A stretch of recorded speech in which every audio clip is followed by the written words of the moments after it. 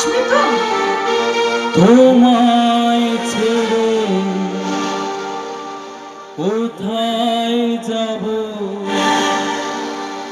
তুমি বলো মা,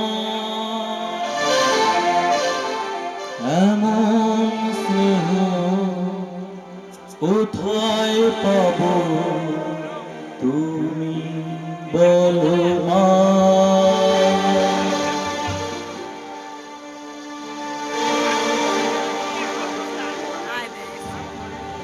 স্নেহের ছায়ায় ভালোবাসায় ঢেকে রাখেছে, অনেক জ্বালা সয়েও বুকে জড়িয়ে রাখেছে।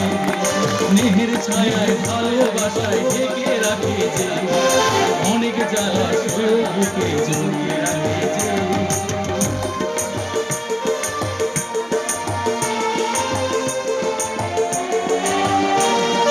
তারিকা চলে মুখ লুকিয়ে রেখে জীবন আমার কাটিয়ে দেব তোমার বুকে।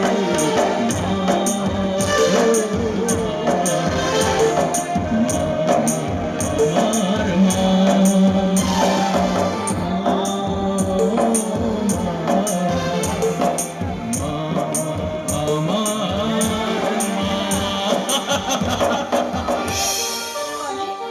মা, বাড়ি এসে প্রথমেই তো আমাকে বলবে, মা গো, তুমি তো আমার জন্মদাত্রী মা, আর জন্মদাত্রী মায়ের থেকে আর কে বড় আছে বলতে পারো মা? স্বার্থ ছাড়া ভালোবাসে সে তো শুধু আমার মা, আমার মা, আমার মা। দাদা কেমন আছো দাদা? ভালো আছি রে ভাই, তুই কেমন আছিস? ভালো আছি।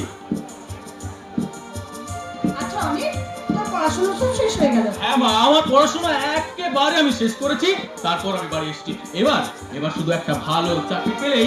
ভালো চাকরি মানে? তোর বাবা তো এত বড় ফ্যাক্টরিটা একা সামলাতে পারছে না, তুই তার সঙ্গে একটু সামলান দিবি তো? মা মা মা মা মা, তুমি কেন বুঝছো না মা? আমি ফার্স্ট ক্লাস নিয়ে মাস্টার ডিগ্রি পাস করে এসেছি। আমি চাই আমার আমার যোগ্যতা অনুযায়ী একটা ভালো চাকরি করে তোমাকে দাদাকে বাবাকে আমি দেখিয়ে দেব যে তোমাদের এই অনেক কত কিছু করতে পারে। থাম ভাই থাম। আরে দুনিয়াটাই বড় অদ্ভুত রে ভাই। আজ এই বাংলার ঘরে ঘরে হাজার শিক্ষিত হয়েও তা ধন্য হয়ে খুঁজে বেড়াচ্ছে শুধু একটা চাকরির জন্য। জানি জানি জানি রে দাদা, জানি, আমি তা ভালো করে জানি। তবু আমি চেষ্টা করে দেখব আমিও না হয় তাদের মতো উচ্চ শিক্ষায় শিক্ষিত হয়ে ধন্য হয়ে খুঁজে বেড়াবো শুধু একটা চাকরি। ভাই হ্যাঁ দাদা, চাকরি পাওয়া এত সহজ নয় রে দাদা, চাকরি পাওয়া এত সহজ নয়। চাকরি পাওয়া যদি সহজ হতো তাহলে আজ হাজার হাজার ছেলে মেয়েরা উচ্চ শিক্ষায় শিক্ষিত হয়ে টেট পাস করে বাড়িতে বসে থাকতো না রে দাদা। চাকরি তো যোগ্য ছেলেদের জন্য নয় দাদা, চাকরি তো যোগ্য ছেলেদের জন্য নয়। চাকরি কিছু মুষ্টিমেয় নেতা মন্ত্রীদের ছেলে মেয়েদের জন্য। তাদেরকে যদি জিজ্ঞাসা করা হয় তারা হয়তো বলতেই পারবে না যে মাস্টার ডিগ্রি আসলে কি, খাই না গায়ে মাখে। আসলে কি জানিস দাদা, এই বেকারত্বের জ্বালা আছে কতটা বেদনাদায়ক, কতটা যন্ত্রণাদায়ক, তা আমি ভালো করে জানি রে দাদা, তা আমি ভালো করে জানি। তুই ঠিক কথাই বলেছিস রে ভাই। সব দিক থেকে বিচার বিবেচনা করে তোকে আমি শুধু একটা কথাই বলবো, পারলে পারলে তুই ওই নিচের পায়ে দাঁড়ানোর চেষ্টা কর ভাই। এই তোর থামবি কি বল? কি রে অমিত, তোর এত দেরি হলো কেন? কি রে এত কথা বলছিস, কি ভাবছিস বলতো তুই? আসলে মা, না মানে হয়েছে কি, আমি আসার পথে একজনের সঙ্গে দেখা করতে গিয়েছিলাম। মানে কার সাথে দেখা করতে গেছিস? না মানে আমি জানি। দাদা, তুই জানিস? না মানে যদি তুমি জানো তাহলে বলো না, প্লিজ প্লিজ আরে বলো। ঠিক আছে রে ভাই, ঠিক আছে, আমি বলবো না, ঠিক আছে। আচ্ছা, কি ব্যাপার বলতো, তোর আমার কাছে কিছু গোপন করতে চাইছিস? তুমি আমার মা গো মা, মা গো মা, মা। তাই তোমাকে গোপন করে কোনো কাজ আমরা করতে পারি না মা। কিন্তু কিন্তু কি বাবা, কিন্তু কি? মা, আমার মনে হয় ভাই বৃষ্টির সাথে দেখা করে বাড়ি এলো। বৃষ্টি? বৃষ্টি আবার কে? মানে বৃষ্টি হলো হ্যাঁ। আমার ওই ছেলেবেলাকার বান্ধবী মা। আমরা এক স্কুলে একসঙ্গে পড়তাম আর আমরা একসঙ্গে খেলাধুলাও করতাম। ওরে বাবা, বলি তুই আমার পেটে জন্মেছিস, তোকে আমি ছোট থেকে মানুষ করছি, তোর ছোটবেলার কথা আমারই মনে নেই, আর তোর মনে আছে সেই বান্ধবীর কথা? আচ্ছা সত্যি করে বলতে হবে, বৃষ্টি কে বল? কি হলো বল? মানে ওই বৃষ্টি দাদা, তুমি কিন্তু এটা ঠিক করলে না দাদা, একদম ঠিক করলে না। মা আমি বলছি, হ্যাঁ বল বল বল। বৃষ্টি হচ্ছে ওই আদর্শ ডাক্তারের একমাত্র আদরের মেয়ে।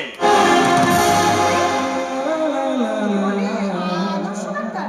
মানে তোর বাবাকে যে তোর বাবার বন্ধু, মানে যে তোর বাবাকে ছোটবেলায় কথা দিয়েছিল তার একমাত্র মেয়ের সঙ্গে অনেকের বিয়ে দেবে? হ্যাঁ মা হ্যাঁ, এই সেই আদর্শ ডাক্তার যিনি বাবার অন্তরঙ্গ বন্ধু ছিলেন। অনেক, তুই আমাকে একটা কথা বলবি বাবা, সত্যি করে বলবি বল। বলবো। আরে মেয়েটা কেমন দেখতে রে বল না। এটা খুব খুব ভালো দেখতে মা, ও। খুব ভালো দেখতে। ওর চোখ দুটো যেন একেবারে পুতুলের মতো, আর আর ঠোঁট একেবারে টিয়া পাখির মতো, আর চুল একেবারে। থাম! আরে আমি তোর হচ্ছি বড়দা, আর আজকালকার ছেলেরা না বাবা দাদা মা এদেরকে মান্যতাই দিচ্ছে না। দাদা, আমি তোমায় বলতে বললাম, হ্যাঁ তুমি যে মাকে বলে দিলে, আমি তোমায় বলতে বললাম। হয়েছে রে, হয়েছে না, হয়েছে হয়েছে হয়েছে। ঠিক আছে চল এখন খেয়ে নিবি চল, কারণ আজকে বিকেলে একবার যেতে হবে সে আদর্শ মাস্টার বাড়ি। কিন্তু কেন যাবো সেটা তো কেন মা, কেন? তোমার কি শরীর খারাপ করেছে মা? তুমি কি বিপি চেক করাতে যাবে? না না না না। আমি বলছি শোন, এদিকে আয়। আমাদের বাড়ির একমাত্র ভাই ওই রনিক আছে না, ওর হবু বউ দেখতে কি হলো? এদিকে আয়।